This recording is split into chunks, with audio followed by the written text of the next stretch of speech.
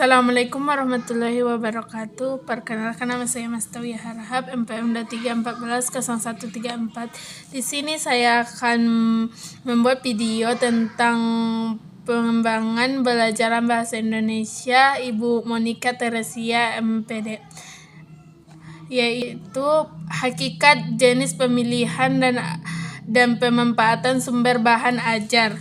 Hakikat sumber bahan ajar. Sumber bahan ajar adalah segala sesuatu yang dapat digunakan untuk mendukung proses pembelajaran agar lebih efisien. Sumber ini dapat berupa bahan cetak, digital, lingkungan sekitar, dan mengalami langsung yang membantu peserta didik mencapai kompetensi yang diharapkan. 2. Jenis sumber bahan ajar. Sumber bahan ajar dapat dikategorikan berdasarkan bentuk dan asalnya. A. Berdasarkan bentuknya. 1. Bahan ajar non-cetak. Audio, rekaman, postcard atau visual, gambar, foto, meta atau video. 2. Bahan cetak. Buku, teks, modul, lembar kerja mahasiswa atau LKS. Artinya artikel, jurnal, brosur. Bahan digital. EduBox, e-learning, aplikasi pembelajaran, website atau edukatif. 4. Bahan lingkungan alam masyarakat, budaya lokal, menunjukkan industri. B. Berdasarkan alasan sumber prima, buku, teks, prima ilmiah, hasil ediverime, wawancara dan pakar. 2. Sumber sekunder, ringkasan, ulasan, after, dan sumber prima. 3. Sumber elektronik, media sosial, blog, konten edukatif, dan internet. 3. Pemilihan sumber bahan ajar. Memiliki sumber bahan ajar harus mempertimbangkan kesesuaian dan tujuan pembelajaran. Materi harus relevan dan kompetensi yang dicapai, tingkat kesukaran sesuai dengan karakteristik tingkat pemahaman peserta didik. Ketersediaan dan aksesibilitas mudah didapatkan dan digunakan oleh guru dan siswa.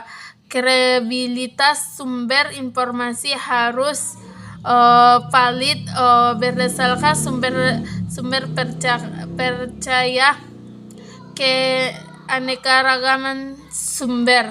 Menggunakan beberapa sumber, berbagai sumber agar pembelajaran lebih menarik dan tidak monoton. 4. Pemanfaatan sumber bahan ajar. Pemanfaatan sumber bahan ajar dalam pembelajaran dapat digunakan dengan beberapa strategi. Menggunakan bahan ajar sebagai referensi utama, buku, teks, dan modul sebagai panduan utama. Mengkombinasikan berbagai sumber, misalnya materi dari buku ditunjukkan dengan video atau edukasi. 4. Mendorong siswa mencari sumber tambahan. Siswa diajak melakukan riset kecil atau edukatif mandiri.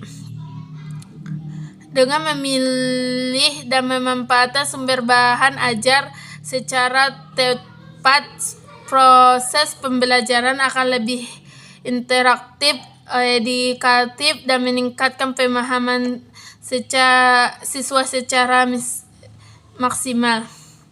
Saya akan memberi kesimpulan dari video saya. Sumber belajar merupakan segala sesuatu yang dapat digunakan untuk mendukung proses pembelajaran yang baik, berupa manusia dan bahan lingkungan, alat maupun teknologi.